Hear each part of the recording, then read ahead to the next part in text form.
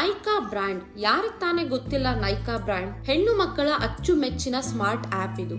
ಭಾರತದ ಯಶಸ್ವಿ ಸ್ಮಾರ್ಟ್ ಆಪ್ಗಳಲ್ಲಿ ಒಂದಾದ ನೈಕಾ 2012ರಲ್ಲಿ ಫಾಲ್ಗುನಿ ನಾಯಕ್ ಅನ್ನುವವರು ತಮ್ಮ ಕನಸನ್ನು ನಿಜ ಮಾಡಲು ನೈಕಾ ಬ್ರ್ಯಾಂಡ್ ಶುರು ಮಾಡ್ತಾರೆ. ಅವರು ಅದಕ್ಕೂ ಮುನ್ನ ದೊಡ್ಡ ಬ್ಯಾಂಕ್ ನಲ್ಲಿ ಕೆಲಸ ಮಾಡುತ್ತಿದ್ದರು. ಆದರೆ ತಮ್ಮ ಕೆಲಸ ಬಿಟ್ಟು ಬ್ಯೂಟಿ ಮತ್ತು ಸ್ಕಿನ್ ಕೇರ್ ಪ್ರಾಡಕ್ಟ್ ಎಲ್ಲರಿಗೂ ಸುಲಭವಾಗಿ ಸಿಗಬೇಕು ಅಂತ ಹೊಸ ಪ್ರಯತ್ನ ಶುರು ಮಾಡಿದ್ದರು.